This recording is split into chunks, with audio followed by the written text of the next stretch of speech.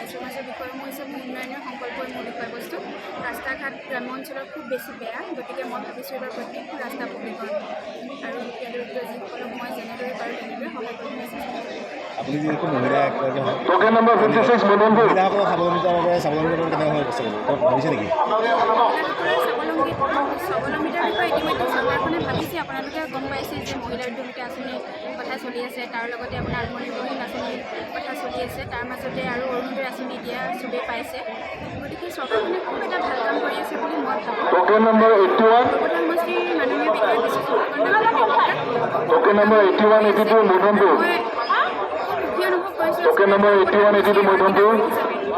ইমান সুন্দৰ সুন্দৰ কাম কৰি আছে, তেখেতক ধন্যবাদ আৰু কৃতজ্ঞতা জ্ঞাপন কৰিছোঁ। সফল হ'ম আৰু আমাক ৰাইজে আগবঢ়াই দিছে, সমৰ্থন আছে, সফল হ'ম আৰু। আপোনালোকে গুণাগান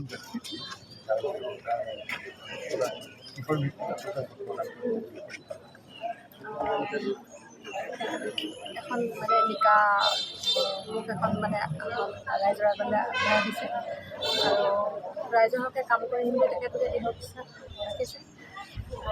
ৰাইজৰ কাৰণে ওলাই আহিছোঁ, তেখেতলোকৰ কাৰণে ভাল কাম কৰি যাম বুলি কথা ৰাখিছোঁ। আপুনি কি ইছ্যুলৈ ৰাইজৰ ওচৰলৈ ভোট বিচাৰিছে? ৰাইজৰ হকে, ৰাইজৰ উন্নয়নৰ হকে, উন্নতিৰ হকে কাম কৰিম বুলি। কোন দলৰ পৰা আপুনি? মই ভাৰতীয় জনতা পাৰ্টীৰ মই 90 নং চাংপুল গাঁও পঞ্চায়তৰ তৰফৰ পৰা 4 নং ৱাৰ্ড সদস্য হিচাপে প্ৰতিদ্বন্দ্বিতা আগবঢ়াব বিচাৰিছোঁ। সেইবাবে আজি মই মোৰ সমৰ্থকসহ মই আজি নমিনেশ্যন দিবৰ কাৰণে ইয়াত সমবেত হৈছোঁ। যথেষ্ট ভিৰ আছে, ইতিমধ্যে মই দিব পৰা নাই। খুব কম সময়ৰ ভিতৰত মই আজি মোৰ হৈ নমিনেশ্যন মই প্ৰদান কৰিম। আপুনি কেতিয়াবা ৰাইজৰ মাজত যাব, কি বিষয় লৈ ৰাইজক ভোট খুজিব? নহয়, আচলতে কথাটো তেনেকুৱা বুলি নহয়। আমাৰ যিহেতু এতিয়া ভাৰতীয় জনতা পাৰ্টীৰ যিখন চৰকাৰ, কৰ্মযোগী যিখন চৰকাৰ, সমাজত যিখিনি উন্নয়ন কৰি আছে, ৰাস্তা ঘাটকে ধৰি ইমানখিনি উন্নয়ন কৰি আছে, শিক্ষাৰ ক্ষেত্ৰতে হওক, স্বাস্থ্যৰ ক্ষেত্ৰতে হওক। এতিয়া উৰিয়ামঘাট আমাৰ স্বাস্থ্যকেন্দ্ৰৰ লগতে সৰুপথাৰ স্বাস্থ্যকেন্দ্ৰ, আমাৰ নিজৰ মোৰ গৃহ পঞ্চায়তে কালি 6খন বিচনাযুক্ত এটা ৱাৰ্ড শুভ উদ্বোধন হৈছে বিগত আজি 15 দিনৰ আগত। গতিকে ইমানখিনি উন্নয়ন আছে আমাৰ এতিয়া আমাৰ হাতত। গতিকে ৰাইজ স্বতঃস্ফূৰ্তভাৱে আমাকে সমৰ্থন আগবঢ়াব, আমি 100% দিছোঁ। আপুনি উন্নয়নৰ হাতত কেনেকৈ আগবঢ়াই দিলে? আমি একচুৱেলি কি হয়, আমাৰ সৰুপথাৰ সমষ্টিত যিহেতু এজন কৰ্মদক্ষ বিধায়ক বিশ্বজিৎ ফুকন ডাঙৰীয়া আছে, আমি তেখেতৰ হাতত হাত ধৰি আমাৰ গ্ৰাম্যাঞ্চলত মোৰ নিজা ৱাৰ্ডৰ যিখিনি সমস্যা, সেই সমস্যাখিনি মই যৌথ আলোচনাৰ মাজেৰে সমাধান কৰাৰ প্ৰয়াস। বৰ্তমান কি সমস্যা আছে আপোনাৰ পঞ্চায়তত? আমাৰ ৱাৰ্ডত তেনেকুৱা সমস্যা একো নাই। ৰাস্তা ঘাট ইতিমধ্যে খুব সুন্দৰভাৱে হৈ গৈছে।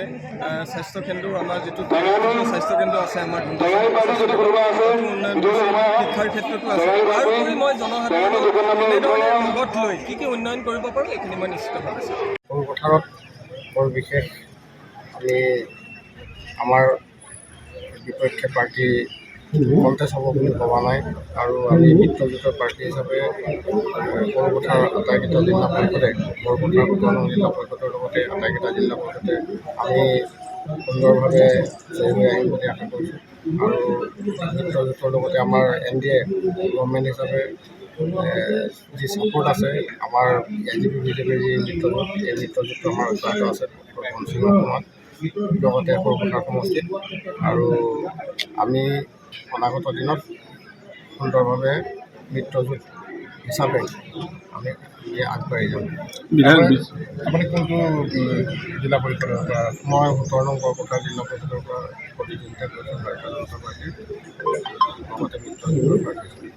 আপোনাক যে ভোট দিব, কিহৰ ভিত্তিত আপোনাক